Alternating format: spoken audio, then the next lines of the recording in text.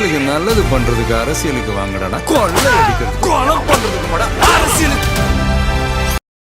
விஜய் அவர்கள் என்னைக்கு கட்சி தொடங்கினாரோ அன்னையிலேருந்து நம்ம ஒரு பதட்டமான சூழ்நிலைக்கு வந்துட்டோம். அதுக்கு முன்னாடியெல்லாம் நீங்கள் ரசிகர்களாக இருந்திருப்பீங்க. அதுக்கு பிறகு ஐயோ அண்ணனுக்கு என்ன ஆக போதோ ஏதாவது போதோ, நல்லபடியாக கூட்டத்தை நடத்தி முடிக்கணும், மாநாடு நடத்தி முடிக்கணும், விக்கிரவாண்டி மாநாடு நல்லா முடியணும், மழை வரப்போதுங்கிறாங்க, அது வரப்போங்கிறாங்க, அப்புறம் மதுரைக்கு போனாங்க, அப்புறம் மதுரை மாநாடு நல்லபடியாக முடியணும் அப்படின்லாம் வேண்டிக்கிட்டோம். அப்போல்லாம் வந்து ஒரு வழியாக இந்த எலெக்ஷன் ஸ்டார்ட் ஆனதுலேருந்து எலெக்ஷன் ஸ்டார்ட் ஆகிட்டு தலைவரை ஒழுங்காக பிரச்சாரத்துக்கு வரணும், பிரச்சாரம் பண்ணணும், அது இது அதெல்லாம் நல்லபடியாக முடிஞ்சு பெரிய தாக்கத்தோடு தற்போது தேர்தலையும் முடிச்சு இந்த திமுக கள்ள ஓட்டு போட்டக்கூடாது, இவிஎம் மிஷினை மாற்றிடக்கூடாது, அது இதுன்னு பெரிய இழவுலாம் தாண்டி நல்லபடியாக எலெக்ஷன் நடந்து முடிஞ்சதுக்கு பிறகும் இன்னைக்கு வரைக்கும் ஒட்டுமொத்த தமிழகமுமே ஒரு பதட்டமான சூழ்நிலை இருக்கிறாங்க பாருங்க.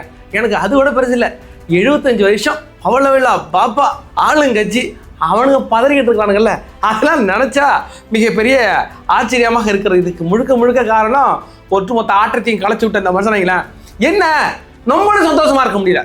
நேற்றைக்கு வரைக்கும் நம்ம எப்படியும் பெரிய அளவில் பெரிய நம்பிக்கை இருந்துச்சுன்னு வைங்களா. இப்போ எங்களுடைய இதை விட்டுட்டு தமிழகம் முழுக்க உள்ள அந்த வெற்றி கழகத்தினுடைய தோழர்கள் அந்த தூண்கள் மிகப்பெரிய நம்பிக்கையில் இருந்தாங்க. காலையில் முதல் டைமே சதைச்சு விட்டாங்க நம்மளை. இது ஒரு 4-5 நிறுவனங்கள் திமுக தாங்க 120லேருந்து 150 அப்படி சொல்லி நம்மளை ஒரு பயமுறுத்தி விட்டாங்க. அதுக்கு பிறகு டக்குன்னு பார்த்தா மை ஆக்சிஸ் இந்தியா புதுசாக ஒன்று தூக்கி விட்டாங்கல்ல, அவங்க டவுன் ஆகிட்டாங்க. நம்ம ஆடுவா சும்மாவே ஆடுவாங்க, அந்த ஆட்டம் ஆடுவாங்க, காலில் சலங்கவே கட்டி விட்டாங்களா, பெரிய ஆட்டம் ஆடி விட்டாங்களா, இப்போ அவங்க நம்பிட்டாங்க. இப்போ திக்குன்னு இருக்கு. இது வரைக்கும் இந்த எலெக்ஷனை யாராலையும் கணிக்க முடியலை அப்படிங்கிறத ஒத்துக்கணும். இப்போ இந்த 4 டீம் சொன்னாங்கல்ல, திமுக தாங்க ஜெயிக்கும் அப்படின்னு சொன்னாங்கல்ல, அது ஒரு புறம் வச்சுக்கிட்டாங்க. சரி இல்லைங்க டிவிக்கே பெரும்பான்மை அமைச்சிடணும் அப்படின்னு சொன்னது மை ஆக்சிஸ் இந்தியா அவங்க சொன்னாலும் சரி, அது இந்த கமாக்கியான ஒரு டீம் 60 to 70 சீட்டுங்க, யாருக்குமே பெரும்பான்மை கிடைக்காதுன்னு சொன்ன இதெல்லாம் ஒட்டு மொத்தமாக குழப்பி பார்த்தா 4ஆம் தேதி தாண்டா தெரிய போகுது. இதுக்கு ஒன்றும் ஒரு இடம் வரப்போதில்லை. நம்ம போட்டு மனசை குழப்பிட்டு இருக்க வேண்டாம். இதில் எனக்கு மிகப்பெரிய வருத்தம் என்ன தெரியுமா, வருத்தம்லாம் இல்லை, காமெடினே சொல்லலாம்.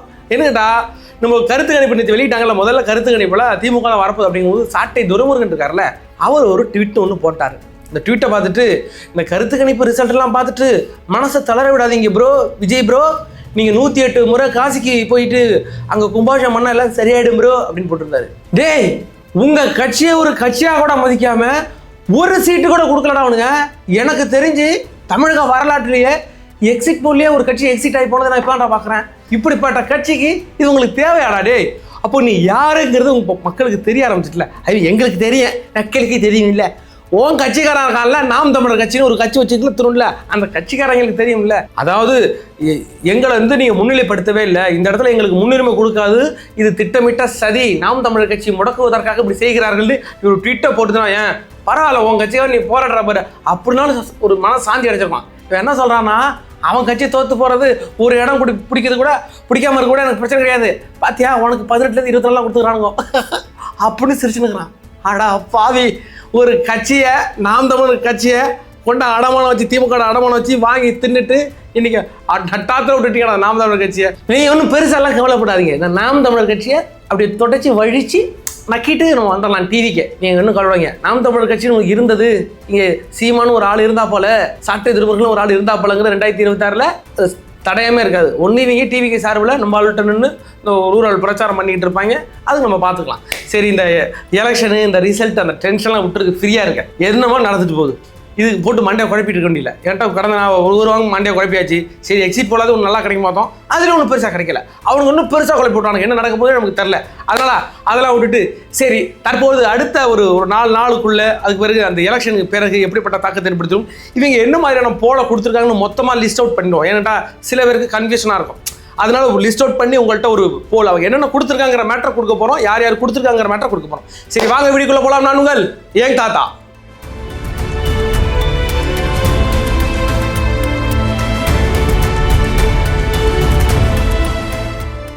எங்களோட வீடியோக்களை பாருங்கள், எங்கள் சேனலை சப்ஸ்கிரைப் பண்ணி வச்சுக்கிடுங்க, அதுக்கு பிறகு லைக் பண்ணுங்கள், கமெண்ட் பண்ணுங்கள், ஷேர் பண்ணுங்கள். அதாவது திமுக ஜெயிக்குங்க, பெரும்பான்மையாக ஜெயிக்கும் அப்படின்னு ஒரு 4-5 நிறுவனங்கள் கொடுத்துருக்கு. அந்த நிறுவனங்களை பார்த்தீங்கன்னா இப்போ இந்த என்டிடிவி, இந்த ரீபப்ளிக் அவங்க அதான் சொல்லியிருக்காங்க, இந்த மேட்ரிக்ஸ் அவங்க தான் சொல்லியிருக்காங்க, இந்த ரீபப்ளிக் அது ஒரு சாணக்கியா ஸ்ட்ராட்டஜிஸ்ட் அவங்க அதான் சொல்லியிருக்காங்க, அடுத்தது நம்ம அக்கினி அதான் சொல்லியிருக்கேன்னு வச்சுங்களேன்.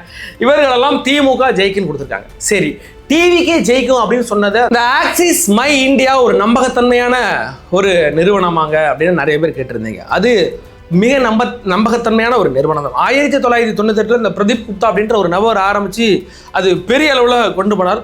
ஒவ்வொரு எலெக்ஷன்லையுமே 10 லட்சம் சாம்பிள் எடுப்பார் ஒவ்வொரு தொகுதியிலும். இப்போ 234 தொகுதியில் இப்போ தமிழ்நாட்டில் மட்டுமே ஒரு 6 லட்சம் சாம்பிள் பீஸ் எடுத்திருக்காங்கன்னா 6 லட்சம் பேரை சந்திச்சு இந்த 234 ஒவ்வொரு ஏரியா நான் சொன்ன கேட்டகரி வைஸ் ஃபஸ்ட்டு அந்த ஊரில் உள்ள எம்எல்ஏக்கு அந்த கரண்டில் உள்ள எம்எல்ஏக்கு எவ்வளோ ஆன்டி இன்கமன்சி இருக்குது, அதுக்கப்புறம் ஆப்போசிட் எம்எல்ஏ யார், அப்புறம் அந்த ஊர் மக்களுடைய மனநிலை என்ன அப்படின்ட்டு பெரிய அளவில் சர்வே எடுத்து தான் பண்ணிட்டு இருக்காங்க. களத்தில் போய் பண்ணிட்டு இருப்பாங்க. நான் சொல்ல போனால் அந்த பெரிய பெரிய இந்த சேனலாக இருக்காங்க அவங்களோட இது இவங்களுக்கு நிறுவனமே ஆகும், இவங்களுக்கு தொழிலே அதான். அப்படிங்கிற பட்சத்தில் இவங்க வந்து இந்தியா டுடே சேனலோட கொலாப் பண்ணுவாங்க. அவங்களோட சேர்ந்து அதுக்கு இந்த தாஜ் அப்படின்னு நினைக்கிற இன்னொரு நிறுவனம் அவங்கெல்லாம் சேர்ந்து 3 பேரும் சேர்ந்து தான் இவங்க கொலாப் பண்ணி எடுப்பாங்க. இதில் பெரிய அளவில் அந்த இந்தியா டுடேவுடைய பங்கு இருக்கிறது. அப்படிங்கிற பட்சத்தில் இவங்க பல காலமாக சரி 2019 நம்மளுடைய பவன் கல்யாணுடைய கட்சி இருக்குல்ல அது ஒரே ஒரு சீட்டு தாங்க பிடிக்கும் அப்படின்னு சொல்லியிருந்தாங்க. அதுவும் சரியாக இருந்திருக்கு.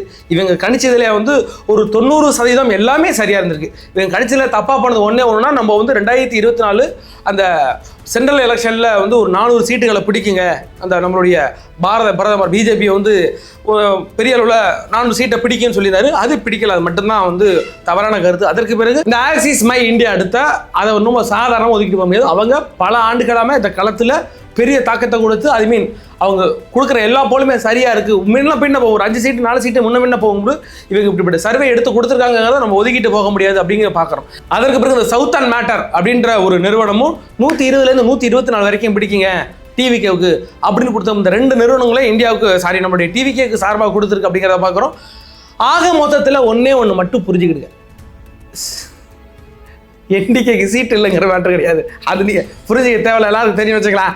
அதாவது இந்த தேர்தலை யாராலையும் கணிக்க முடியலை அப்படிங்கிற பட்சத்தில் என்ன நாளும் நடக்கும் அப்படிங்கிறத நீங்கள் மனசார ஏற்றுக்கிடுங்க. அதைத்தான் நாங்கள் உங்கள்கிட்ட சொல்கிறோம். சில பேர் நேற்று ஃபுல்லாக நம்பியிருந்தேன், இல்லைங்க அந்த ஆக்சிஸ் மை இந்தியா சொல்லிட்டாங்க அப்படின்னா கண்டிப்பாக தளபதி வந்து சிஎம் ஆகிடுவாருங்க, கண்டிப்பாக தளபதி வந்து டிவிக்கே வந்து ஆட்சி அமைச்சிருங்கன்னு பெரும் நம்பிக்கையில் இருக்கீங்கள. நேற்றுக்கான இந்த எக்ஸிட் போலுங்கிறது சிலருடைய மனநிலையை குலைச்சி மறுபடியும் மேலே ஏற்றிருக்கு. ஃபஸ்ட்டு மனசு விட்டுருப்பீங்க, அதுக்கு பிறகு இந்த ஆக்சிஸ் மை இந்தியா பிறகு மறுபடியும் சந்தோஷம் அப்படின்னு வெளில வந்துருப்பீங்களா, அது உங்களுடைய மனநிலையை சீராக்கிட்டு இருக்கு அப்படின்னு பார்ப்போம். அப்போ வரப்போகிற மே 4ஆம் தேதி வரப்போகிற இந்த எலெக்ஷனுக்கு நீங்கள் ஐ மீன் எலெக்ஷன் ரிசல்ட்டுக்கு நீங்கள் தயாராகிட்டு இருக்கீங்க அப்படிங்கிறத பார்க்குறோம். அதனால் பெரிய அளவில் உங்கள் மன உளைச்சலுக்கு ஆகாமல் சும்மா வெறியா இது கடுப்பாக இருக்குது போடுறா டிவியை என்னம்மா வந்துட்டு போகுது இன்னைக்கு என்ன அப்படின்ட்டு உட்காந்து பார்த்தீங்கன்னா வரப்போகிற பார்க்குறேன். ஏன்ட்டா குறைஞ்சபட்சம் இன்னைக்கு இந்த பெரிய பெரிய டீம் கொடுத்துருக்காங்க அவங்களே 18 - 24 சொல்கிறாங்கன்னா கண்டிப்பாக ஒரு பெரிய லெவலில் போகிறதுக்கு கூட வாய்ப்பு இருக்குது. எங்களுடையேருந்து எங்கள் தாத்தா சொன்னதுலேருந்து நாங்கள் மாற மாட்டோம். ஏற்கனவே இந்த பிரியதர்ஷினின்னு ஒரு அக்கா வந்து மன்னிப்பு கேள் எங்கள் ஆளுட்ட மன்னிப்பு கேள் தப்பாக சொல்லிட்டேன்னு ஒரு வாரமாக என்ன போட்டு டார்ச்சர் பண்ணிகிட்டு இருக்கு.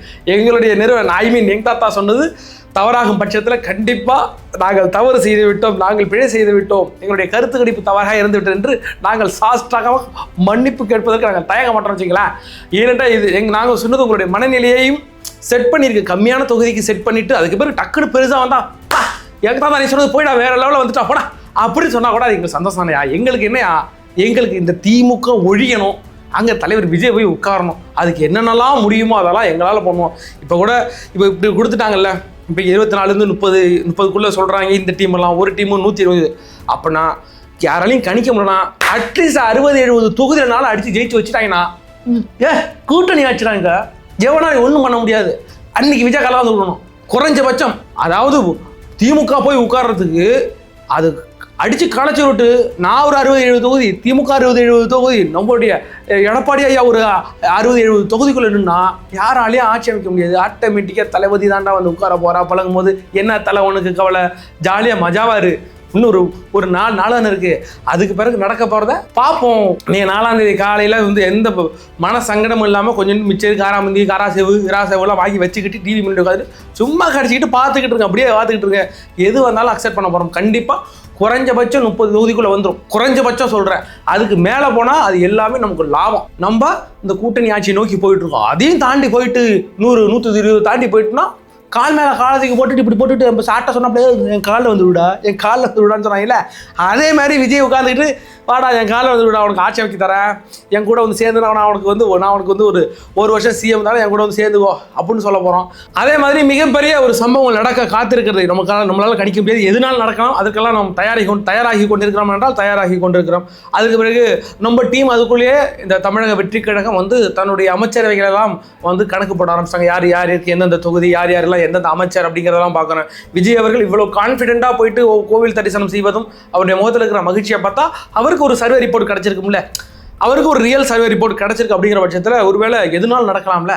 அதனால இவங்க நம்ம ஆளும் என்ன பண்ணிட்டாங்கன்னா, நம்ம புஷி ஆனந்தவர்களுக்கு நீர்வளத்துறை அமைச்சராகவும், அதே மாதிரி செங்கோட்டையன் அவர்களுக்கு வந்து வேறு ஏதோ ஒரு துறை அமைச்சர் தரதா சொல்லி தாங்க நினைக்கிறேன், பொதுப்பணித்துறை அமைச்சராகவும், அது மாதிரி விஜய் அவர்களுக்கு குழந்தைகள் பெண்கள் நலன் ப்ளஸ் உள்துறை அமைச்சராக விஜய் அவர்களுக்கு கொடுக்கப்போவதாக, அதுக்கு பிறகு ராஜ்மோகனுக்கு துணை சபாநாயகர் பதவி கொடுக்கப்பட போவதாக தற்போது நம்ம டீம் அவங்க நிர்ணயிச்சிருக்காங்க. நம்ம அமைச்சரவை பற்றிலாம் ரெடி பண்ணிட்டு இருக்காங்க. நேரு ஸ்டேடியத்தில் பதவியேற்பு விழாலாம் அந்த அளவுக்குலாம் அவங்க பிளான் பண்ணிட்டாங்கன்னா பெரிய அளவில் ஏதோ நம்பிக்கையாக இருக்கிறாங்க. அப்போ அவங்களுக்கு ஒரு ரிப்போர்ட் கிடைச்சிருக்கிற பட்சத்தில் நடக்கலாம், எதுனாலும் நடக்கலாம். அது வர 4ஆம் தேதி வரைக்கும் பொறுத்தவரையில் அதுக்கு பிறகு என்ன நடக்க போகுது அப்படிங்கிறத நம்ம பார்ப்போம். இப்போ உங்களுடைய மனசை தயார் நிலையில வச்சுடுங்க. எது நடந்தாலும் நான் அதை ஃபேஸ் பண்ண ரெடியா இருக்கிறேன், வெற்றியோ தோல்வியோ நான் பார்க்க ரெடியா இருக்கிறேன். நமக்கு ஆசை ஒன்று தளபதி அங்கே சீட்டில் உட்காரணும், அதானே கோடிக்கணக்கான லட்சக்கணக்கான மக்களுடைய மனநிலை அதானே. அதுக்காக நம்ம வந்து ப்ரிப்பேர் ஆகிட்டு இருக்கிறோம். என்ன நடக்க பார்ப்போம். சரி, கான்ஃபிடென்ட்லாம் இருங்க. என்ன நடந்தாலும் தளபதி சிஎம் ஆக போகிறது யாராலும் தடுக்க முடியாது. அது இந்த எலெக்ஷனில் கண்டிப்பாக நடக்கும். அது பெரும்பான்மையாக கூட்டணி அமைச்சு போய் நடந்தால் பெரிய சந்தோஷம். இல்லை துங்கு சட்டமன்றம் உருவாயிட்டுங்க, அப்பயும் ஆட்டோமேட்டிக்காக எங்கே வந்து விடணும், விஜயோடைய கால் வந்து விடணும். அப்பயும் அதே விஜய் அவர்கள் சிஎம் ஆக போகிறாங்க. கான்ஃபிடென்ட்டாக இருங்க, வெற்றி நிச்சயம்.